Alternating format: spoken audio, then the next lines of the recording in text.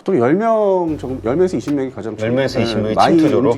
많이 움직일 수 없고 아, 전체 그 항공기 크기가 바로 목전에 들어가서 이게 침투하려면 블랙호크 계열이 좀 맞다고 하더라고요. 근데 우리는 문제가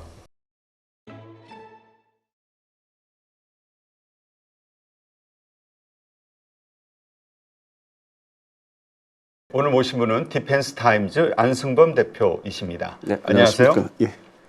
자, 지금 미국의 그 마두로 체포 작전 이게 아주 오랫동안 화제가 좀 되고 있는데요. 어떻습니까? 이걸 보면서 우리가 바로 떠올렸던 게 예전에 그 뭐죠? 김정은 참수 작전이라는 게 네. 있었잖아요. 그게 딱 떠올랐거든요. 네. 어떻습니까? 우리 그 이러한 그 김정은 참수 작전 뭐 이런 것도 미국과 함께 어떤 훈련과 준비가 됐던 건가요? 뭐 사실 2011년도에 오사마 빈 라덴 그 아프가니스탄에서 이제 물론 이제 미 해군의 네이비실이 들어와서 다 성공을 했지만은 그거 이후에 이제 우리나라가 이제 그걸 모방을 이제 하게 되고 미국도 이제 계속 뭐 참수작전을 이제 내세우니까 그래서 우리 13여단 특전사 히아의 13여단은 이제 뭐 참수여단으로 이제 개편된 게 2017년도 그리고 지금까지 쭉 내려오는데 중간에 또 이제 좀 불미스러운 사건도 있었고 재작년에 그래서 이게 뭐 우리 대한민국이 미국의 그 수행하는 걸 보면서 대한민국의 병력들은 있는데 과연 저걸 똑같이 수행할 수 있을까? 저는 좀 아직은 의문사항을 좀 갖고 있습니다. 역시 미국만이 할 수 있는 작전, 기획. 물론 이제 미군도 역시 그 베트남전 말기 때 좀 실패한 작전이 있었고 자기들 이제 포로를 이제 구출하기 위해서 들어갔다가 이제 실패한 적도 있었고 1980년도 그 지금 성공했다는 델타 포스가 이란에 이제 들어간 적이 있어요. 이 대사가 이제 사람들이 인질이 돼가지고 대규모로 그래서 그걸 구출하겠다고 사막 지역을 통과해서 테헤란으로 들어가려 했는데 테헤란으로 가려고 했는데 실패했었고 그래서 그로부터 이제 뭐 갈고 닦은 거고 별도로 이제 미 해군의 네이비실은 또 전통적으로 또 발전시킨 게 있었고 베트남전 이후로 차근차근 발전시킨 게 있었고 그래서 이제 이번에는 이제 미 육군 델타 포스가 성공해서 역시 이제 미군의 특수전 작전 능력이 이제 완성이 됐다. 물론 그 전에 대테러 작전 2001년 9.11 테러로 이제 시작이 된 대테러 전쟁 만 20년 했었죠.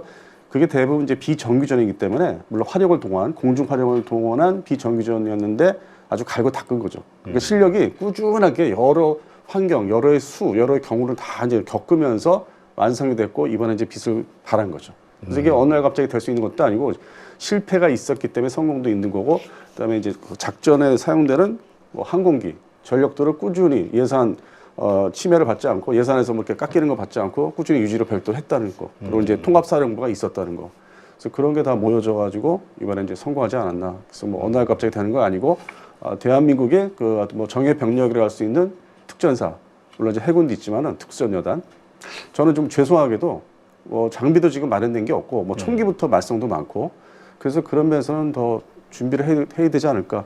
사람들이 자질이 뭐 우수하다고 하는데 그게 시대별로 보면은 뭐 1980년대, 90년대, 2000년대, 10년대별로 사람의 어떤 자질 능력, 사회적 환경, 어떤 시스템이 다 틀려요. 지휘계통 틀리기 때문에 오히려 지금 뭐 MZ 세대 해가지고 그런 측면에서 다 이렇게 묶여가지고 과연 될까? 뭐 지금의 특전사에 계신 분들의 선배들은 뭐 좀 될 수 있을 거라 봤어요. 2000년대 이제 우리가 월드컵이라든지 국제 행사를 이제 대비해가지고 진짜 훈련을 집중하고 예산을 막 그냥 들어본 적이 있었거든요. 네. 근데 그 이후에 우리는 이제 해외 파병 뭐 이런 게 좀 신경 쓰고 뭐 레바논에 그래서 그쪽에는 뭐 정예 병력이 갔을지언정 남아 있는 병력들이 과연 저걸 다 할 수 있을까 조직적으로. 그리고 흔하게 얘기할 수 있는 게 뭐 맨날 제가 듣는 게 장구류, 뭐 총기. 뭐 개인 돈 들여서 산다 이런 거만 계속 논란만 만들고 중간에 뭐 월요 플랫폼 되네 안 되네 거기 업자들이 교수나 뭐 학자들을 밀면서 내세우면서 맨날 세미나 열고 그거 보면서 되게 답답했어요. 과연 저게 될까? 그러다가 최근에 이제 방사청은 또 이제 별도로 큰 플랫폼을 이제 사줘야 되는 또 이제 입장이기 때문에 사업을 벌려가지고 지금 뭐 흔하게 이제 블랙호크 뭐 개량 사업을 얘기하는데 사실 그게 과연 그 지금 노후 헬기를 일부를 거기서 빼내가지고 업그레이드를 한다고 하는데 업그레이드 하면 그게 과연 길게 쓸 수 있을까? 그래서 이거는 이제 일반적인 인터넷상에서는 이제 블랙호크를 얘기하는데 지금 이런 베네수엘라 침투해서 이제 납치한 작전을 보면서 얘기를 사실 또 안 하는 사업이 있어요.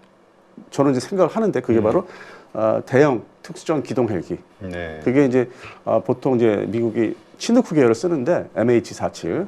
우리도 사실 거기에 낙점을 찍고 있죠. 그걸 사야 된다고 해서 사업이 지금 막바지에 왔는데 이번 그 특수전 작전을 하면서 이거는 우리나라 언론에서는 뭐 이렇게 얘기를 사실상 안 하더라고. 근데 블랙호크만 얘기해요. 이 네. 그러니까 이걸 보면서 하나는 해외 업체에 사오는 거고 하나는 국내 방사업체에서 어떻게 쪼물딱쪼물딱 해서 만들어내야 되는 거예요. 낡은 핵이 가지고. 그래서 그러다 보니까 이것도 방산업체 이해관계 자기들의 체면 그걸 기자들 출입 기자들 통해서 자꾸 뭐 이렇게 내세우되는 거. 뭐지 그런 게 보였어요. 그러면 정확히 우리 대한민국의 특수전 육군 중심의 특수전 작전 능력을 좀 더 이렇게 발전시키자 이렇게 복도되려면은 무기 그다음에 항공기 조직은 없다 이렇게 소개를 해야 되는데 죄송하게도 이제 뭐 재작년에 좀 불미스러운 사건이 있어서 또 내세울 수는 없고 그래서 이걸 보면서 참 혼돈스럽다고 할까요? 우리가 과연 이거를 한반도 내에서 할 수 있을까 수행을 할 수 있을까 중요한 거고 근데 이제 미군이 이제 이 중남미 옛날 이제 여기서 중남미라는 건 중미는 이제 파나마 작전이 있었고 89년도에 그로부터 지금 36년 지났는데 또 성공을 했고 그러니까 자기들의 뒷마당이자 또 앞마당이라고 표현할 수 있는 그러니까 모든 걸 다 이제 파악을 하고 있고 작전 거리가 뭐 이렇게 킬로미터 따지면 멀다고 하지만은 항상 자기들의 감시 그다음에 정보가 수시로 들어와요. 중남미는 자기들의 이제 영역이기 때문에 뭐 유럽이나 하다못해 서남아시아 이런 데가 다르기 때문에 이게 사람들의 교류가 아주 뭐 빈번하게 쉽게 이루어지기 때문에 정보 수집도 쉽고 침투해서 일반 민간인 복장으로 들어가서 이제 돌아다니면서 할 수 있는 작전 능력이 뭐 상당히 쉬운 지역이죠. 그래서 모든 게 종합 모여가지고 성공하지 않았나. 그리고 군사력이 베네수엘라 군사력이라는 게 좀 앞뒤가 안 맞는 게 지상군 무기 체계는 이제 러시아제 뭐 전차 미사일 다 도입을 해서 좀 촘촘히 갖추고 있는데 요즘 사용하는 걸로. 근데 해군 무기 체계는 좀 옛날 유럽제고 근데 의미가 없고 공군 전투기가 실제 제대로 이제 위력을 발휘할 수 있다. 하는 게 이제 가상적을 상대로 그게 바로 이제 러시아제 SU-30 플랭커 시리즈인데 그거 뭐 한 줌이야 일개 대대 별로 의미가 없어요. 실제 이 미국이라는 나라나 다른 나라를 상대로 했을 경우에 일개 대대는 의미가 없어요. 그래서 이 불균형한 군사력 거기다가 이제 용병 쿠바의 이제 어떤 경호 인력들이 들어와 있었고 근데 그들은 이제 먹고 살기 위해서 정신력은 있어도 가난하고 장비도 보잘것없고 그래서 그 베네수엘라 내부에서는 뭔가 자기들이 대응을 해줄 수 있는데 미국을 상대할 수 있는 능력은 도저히 안 되고 그래서 다 사실상 몰살당했고 그래서 이게 어느 날 갑자기 만들어진 게 아니다. 미국은 차근차근 발전을 시켰고 경험을 쌓았고 예산을 끊임없이 투입을 하고 그래서 갈고 닦은 게 이제 성공에 이른 거죠. 지금 우리 그 한국의 그 참수부대와 관련해서 어느 정도 오픈이 돼 있나요? 인원은 어느 정도 되죠? 이게 여단이라 하는데 일반 병력의 육군 병력의 뭐 여단이면 3,000명 미만이거든요. 그럼 많네요. 델타 포스도 그렇게 많아요? 아니 근데 이제 이건 일반 그 부대 기준이고 일반 그 병력 여단이면 3,000명 미만인데 이 특수전은 최대로 모아봤자 1,000명, 3분의 1 정도로 봐야 돼요. 그래서 좀 적다. 아무래도 소수 정예로 이제 움직이는 부대이기 때문에 근데 이 1,000명도 안에서 또 이제 나눠지죠. 침투 부대, 뭐 대대급이라 하지만 또 그것도 많지 않은. 그래서 골고루 나눠지기 때문에 기존에 이제 13여단에서 이제 이 참수대는 이제 개편을 했는데 2017년도에 시작을 했는데.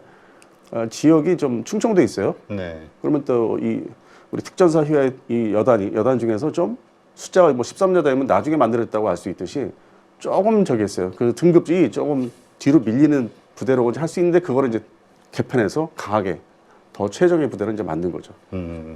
자 그렇다면 만약에 이 어떤 특수전 작전 이런 우리 뭐 김정은 참수 작전 뭐 예를 들어서 이러한 것들이 벌어진가 체포 작전 이런 것들이 벌어진다고 했을 때 그 한 팀 인원은 몇 명 정도로 지금 알려져 있는 거죠? 보통 10명 정도 10명에서 20명이 가장 10명에서 20명이 침투조로 많이 움직일 수 없고.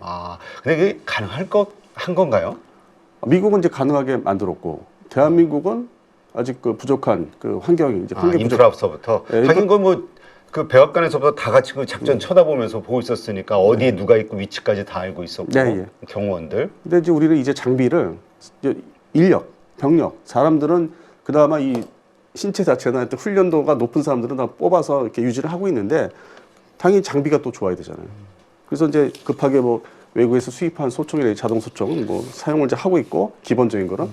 근데 그것도 이제 그 안에서 정예 부대만 지급을 하고 일반적으로는 뭐 KUA라든지 기존에 사용하는 거를 이제 뭐 장비를 이제 부착해서 사용하고 있는데 좀 전보다는 좋아졌다는 모습은 이제 보이는데 그래도 장비가 부족하고 그다음에 이제 이 정찰 수단 손으로 날리는 거 그게 이제 또 일반 부대에서는 이제 우리 대대급 무인기가 있는데 동력이 없이 또 이렇게 날리는 게 있어요. 근데 그거를 또 정찰 드론 자폭이 아니라 한 바퀴 돌아서 이제 뭐 그 환경을 이제 체크할 수 있고 아니면은 뭘 유도할 수 있는 어떤 지점을 딱 레이저로 조준해가지고 이렇게 쏴줘가지고 그래서 그거를 또 특전사용에 맞게 뭐 항속거리 더 긴 거라든지 채공 시간이 그래서 그거를 지금 뭐 발주를 한다든지 그다음에 이제 급하면은 자폭 드론 사용해서 이제 파괴를 할 수 있는 뭐 폴란드제 예를 들어서 그것도 발주를 했는데 최근에 뭐 2025년에 거기에 응찰하는 이제 회업체들을 이제 뽑아서 이제 선정해서 빨리 도입해야 되는데 그게 좀 잘 안 됐어요. 그래서 올해 지금 1월 초순에 1월 6일 날 다시 시작을 이제 사업을 했는데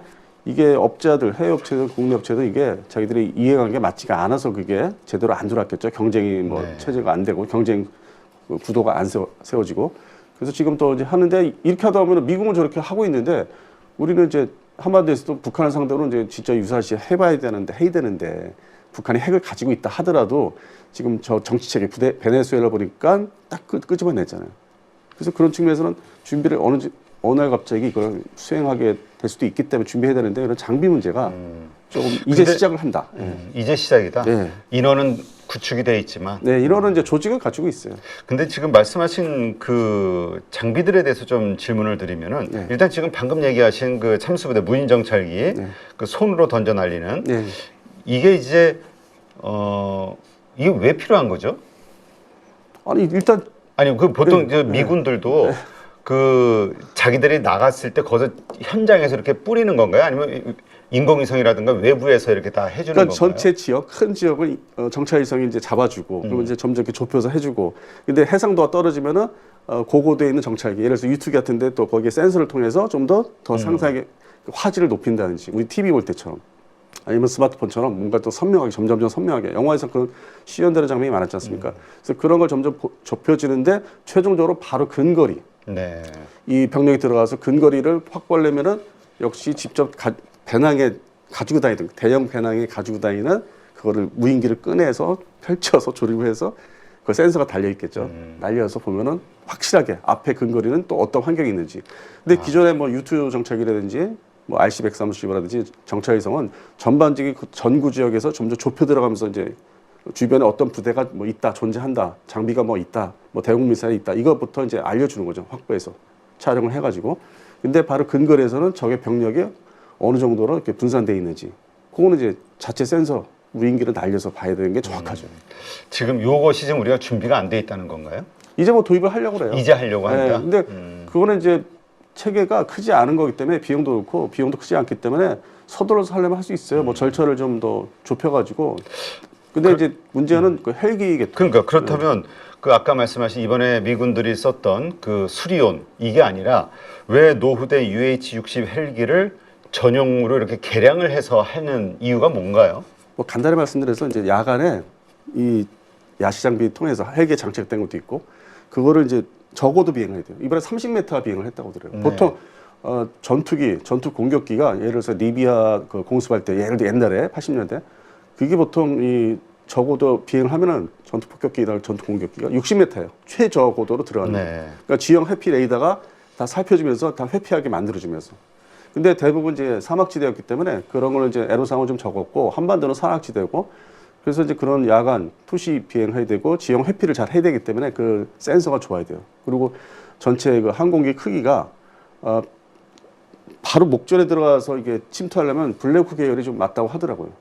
근데 미군은 블랙호크 계열을 옛날부터 이제 도입을 하는데 그 10년 단위로 이제 업그레이드를 하거나 아니면 새 기체를 받아서 또 추가로 업그레이드 한다든지.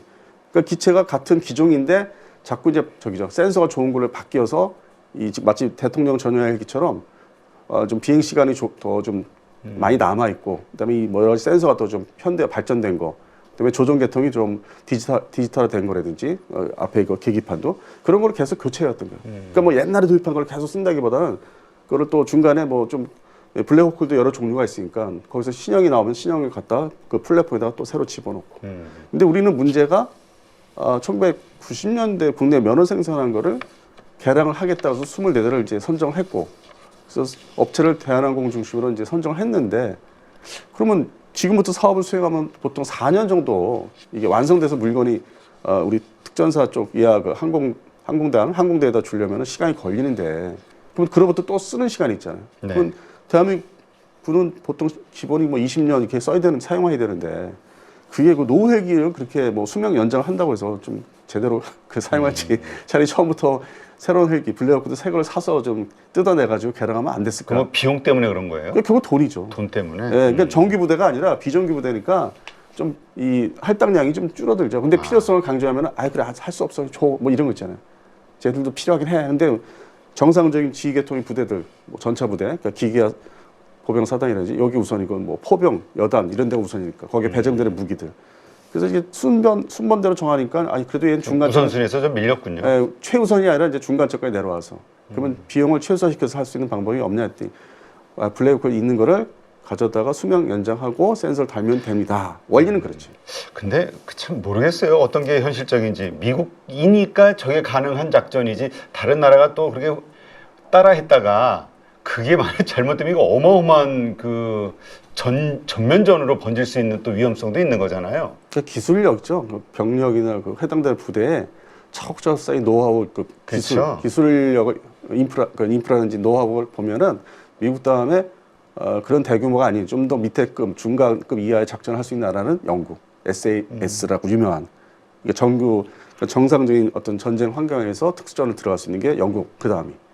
그리고 또 이제 이 아시아에서는 뭐 공교롭게 뭐 호주라든지 뉴질랜드가 또 연합작전하는 게 또 있고, 그래서 뭐 소위 앵글로색슨 영어 쓰는 나라들은 이제 그게 뭐 좀 이렇게 역사가 있는데 그거 보다 보니까 프랑스가 또 이제 이게 안 할 수가 없으니까 아프리카 지역에서 또 자기들이 작전하는 게 많기 그렇죠. 때문에 그래서 대표적으로 프랑스는 또 이제 자국산 뭐 이제 헬기들 이게 이제 그것이 슈퍼푸마 계열이나 이제 이런 거를 좀 더 확대한 버전을 지금 만들어서 자기들도 사용하고 있고 판매도 하고 있는데 그거는 뭐 슈퍼푸마 계열이라서 좀 다르더라고요.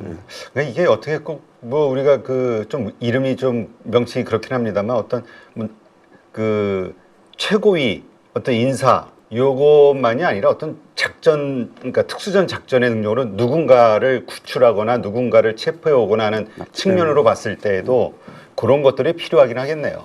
근데 얼핏 생각하기에 헬기 같은 거 이렇게 좀 낮게 날르고 하면 30m 누군가 보고 밑에서 총 쏘고 그러면 그 맞을 것 같은데 이러려면 그 특히 엔진 같은 데는 이렇게 그렇죠. 방탄이 좀 돼야 좀 안전할 것 같거든요. 그 이제 옛날부터 이제 그 도입된 게 있죠. 실링이라고 해서 이제 연료통에 맞으면은 그 연료하고 그쪽에 고무계통, 특수고무계통이 같이 이렇게 녹아서 막아주는. 근데 이제 그게 원리는 맞는데 좋은데 막 대구경 기관포 아니면 이제 대공포 큰 것도 40mm 이상, 그다음에 소총 그 탄환도 아주 막 한 번에 왕창 맞았을 때 집중 사격해서 그럼 그게 될까는 좀 의문은 있어요. 근데 원리상으로는 이제 몇 발 뭐 한 4-5발 발사하면 다 메꿔주는 자동으로 녹아서 이렇게 메꿔주는 역할을 하죠. 더 이상 새지가 않게. 그럼 우리도 그 이 특수전에 사용하는 헬기에는 이런 방탄 처리가 다 되는 건가요? 그거 기본이죠. 근데 이게 여기만이 아니라 웬만큼 블랙호크 같은 비싼 헬기들은 다 그게 돼야 될 것 같은데요? 다 들어가 있고 그다음에 그 방탄판 조종사들의 옆에 측면에다 밑에 이렇게 좀 있어요. 수송기도 거기 있어요. 그거 제가 직접 봤는데 이건 기본 장비예요. 방탄. 그렇군요. 그러니까 베트남전 때 그 희생이 많았기 때문에 조종석에 이제 방탄판 두꺼운 방탄판 설치하는 건 기본이고. 근데 이제 평상시 전쟁이 아닌 평상시에는 그것도 떼고 다닐 수도 있고. 근데 유사시다 하면 다 이제 철저하게 달아서 이륙 중량이 늘어난 또 이게 좀 그거는 있죠, 문제는. 근데 하여튼 이번에 보면은 그 AI 능력이 상당히 부각이 된 것 같은데 미국이나 이스라엘도 뭐 워낙 군사 강국이니까 AI 기반에서 그 실전에서 활용하는 그 지휘 체계 뭐 이걸 킬웹이라고 하네요. 네. 이것의 그 기술 격차 우리와의 기술 격차가 어느 정도입니까? 그것도 똑같아요. 지금 거의 기존에 총기 분야부터 헬기, 특수전 헬기부터 그것도 이제 도입한다, 뭐 만다 하면서 뭐 사업을 결정해도 실제 그걸 아주 원활하게 사용할 수 있을 때까지 최소 10년 후에나 가능하고 그것처럼 이쪽에 AI 계통이나 이제 이거를 이제 지휘 통제 체계에 이제 접목을 해가지고 하려면은 복잡하고 또 국내 업체들의 이해관계, 해외 업체가 또 끼어들려고 하는 게 있어요. 서로 막 싸우는 게 있어요. 지금도 제가 최근에 보니까. 그럼 요번에 저희 아침에도 좀 방송에서 다뤘습니다만은 비행기 6세대 전투기 컨셉인 것 같긴 한데 비행기 편대에서 그 무인항공기 드론 무인항공기 끌고 출격하는 거 이게 다 AI 기반이잖아요. 그래서 이게 과연 이제 이론상은 되고 뭐 어떤 컴퓨터 그래픽으로 다 되는데 실제 가동하려면 이제 AI가 그런 군용기에 맞게 또 개발이 돼야 돼요. 그러니까 군사 규격으로. 근데 그 전이죠. 미국도 지금 바둥바둥 되고 있고 뭐 중국은 맨날 뭐 말로만 그러는데 실제 실천돼서 전투기, 유인 전투기, 조종사 있는 유인 전투기 한 대가 최소 뭐 6대를 거느려서 원활하게 작전 통제를 하려면은 조경호 통제기처럼 아니 2030년대 미국 기주의로 2030년대 초반 우리나라는 그 이후 우리는 지금 당장 국산 전투기라고 하는 KF-11의 어떤 그 문제가 해결도 안 되고 또 새롭게 시작되고 뭐 국산 공대지 미사일이 국산 무장 이제서야 하잖아요. 근데 안 할 수는 또 없고. 그렇죠. 갖긴 가져야 되니까. 그래서 이게 분야별로 돈이 된다 안 된다는 또 업자들의 입장이 있어요. 업체들이. 근데 이게 전투기나 미사일은 돈이 되니까 거기에는 다들 달겨들어요. 서로 싸우고. 근데 이런 AI 계통의 지휘 통제 체계는 규모가 항상 사업 규모가 적어요. 그리고 그 전에 R&D 비용도 있어야 되니까 R&D 비용 받으면서 또 시간을 끌어요. 그러니까 이게 결국 우리 정부에서 얼마나 중요하게 여기는 핵심 사업으로 지정하느냐, 거기에 돈을 푸느냐에 따라 이게 달라지겠군요. 근데 이번에 우크라이나 전쟁 보니까 이 드론 무인 항공기의 역할이 워낙 이 크게 나왔고, 저 이번에 뉴스에서 어디 보니까 뭐죠? 블랙호크. 네. 이것도 미국도 이제 이거 비싼 거 이거 안 사고 드론 뭐 무인 항공기 이쪽으로 뭐 집중한다 이런 뉴스를 본 것 같거든요. 뭐 대표적으로 말씀하신 블랙호크 제작사, 그러니까 로키드 마틴 시콜스키사가 기존에는 이제 많이 퍼져 있는 무인 유인 블랙호크를 무인화시킨 작업. 아, 무인화시키는 그 작년에 공개를 했어요. 앞에 마치 조종석이 없고 그냥 앞에 쫙 열리는, 그러면 이제 병력이 타고 내릴 수 있는. 그래서 그게 이제 시작인데 뭐 한 2030년대 그것도 지금은 이제 시제품이죠. 개발을 원리상으로 이렇게 이뤘는데 그럼 장거리 비행도 해봐야 되고 뭐 이런 특정 환경도 해보려면은 여러 가지 또 수를 또 개발해야 되기 때문에. 아, 근데 그 만약 가능해진다 그러면 그 조종사명 육성하는데 엄청난 비용과 시간이 필요하잖아요. 그게 이제 무인화 된다고 하면 그것도 엄청난 그 장점이 되겠는데요. 대량 생산해내 가지고. 이거 대한민국이나 이제 뭐 다른 나라도 병력이 줄고 조종사 이제 수급하는 것도 어렵다 하지 않습니까? 또 이게 와서 그걸 공부해서 조종사 자격을 따서 하려고 하는 숫자도 옛날에 비해서 몇 년 전에 비해서 줄어들고 있다고 하더라고요. 그런 측면에서 이제 유망한데, 그러면 그 전에 시스템을 잘 구축을 해야 되잖아요. 근데 보통 이러한 시스템을 구축하는데 10년 걸려요. 그 전에 그게 생각만 해가지고 되는 게 아니고 거기에 모든 들어가는 조건이 너무 많기 때문에. 예를 들어서 AI가 모든 게 만능이라 하지만은 전력 문제 얘기하잖아요. 전력. 그리고 또 원자력 뭐 발전소 얘기하잖아요. 그 뒤에 또 이게 숨어 있는 게 옆에 이렇게 부수적인 게 이 군사 무기 체계도 똑같다는 거예요. 그래서 그게 완성이 되려면 또 군이라는 데가 미국이나 한국이나 보수적이에요. 이게 정말 되는 거야? 계속 의심하면서 또 검증을 자꾸 하려고 그러고. 이게 이제 미국 시간이 많이 걸린다. 네, 그러니까 서방 측 미국과 한국은 이제 그런 게, 우리는 또 미국을 많이 또 배웠기 때문에 검증에 검증 거치면 실제 실용화되는데 10년 걸리고, 물론 중국이나 북한은 서둘러서 하겠지만은 오류가 많고 실패적이 많죠. 나중에 실제 작전에서는 성능이 안 나오잖아요. 이번에 태국에서 뭐 전차 중국제 VT4가 뭐 포신이 뭐 다 휘어졌다 몇 발 쏘니까 이제 그런 거 걔들은 서둘러서 하지만은 결과가 별로 안 좋고. 근데 한국과 미국은 너무 철저하게 검증하다 보니까 너무 늦게 실전 배치가 되는 그런 단점이 있죠. 알겠습니다. 하여튼 우리 군의 특수전, 뭐 참수부대라고 표현이 되는 이 특수전 작전 능력, 이것을 보니까 현대전에서는 상당히 키워야 될 것 같은데, 말씀하신 이런 부분들 한번 좀 잘 좀 보강을 해서 우리도 좀 강력한 특수부대를 좀 가졌으면 좋겠다는 생각이 드네요. 그래서 뭐 제가 한 말씀 더 드리면은 우리 특수전 특전사 휘하의 어떤 장비 문제가 이제 시작되고 있다. 제대로 똑같은 비슷한 걸 마련하려고. 대형 뭐 치누크 레디 특수전 침투형 치누크 사업도 올해 안에 이제 마무리되는 선정을 해요. 그럼 계약도 해야 되고. 그래서 그 받으려면 또 몇 년 걸리잖아요. 그러니까 하여튼 이번에 그 마두로 체포 작전이 자극이 되긴 했을 것 같아요. 특수부대들에게. 많은 자극이 됐죠. 알겠습니다.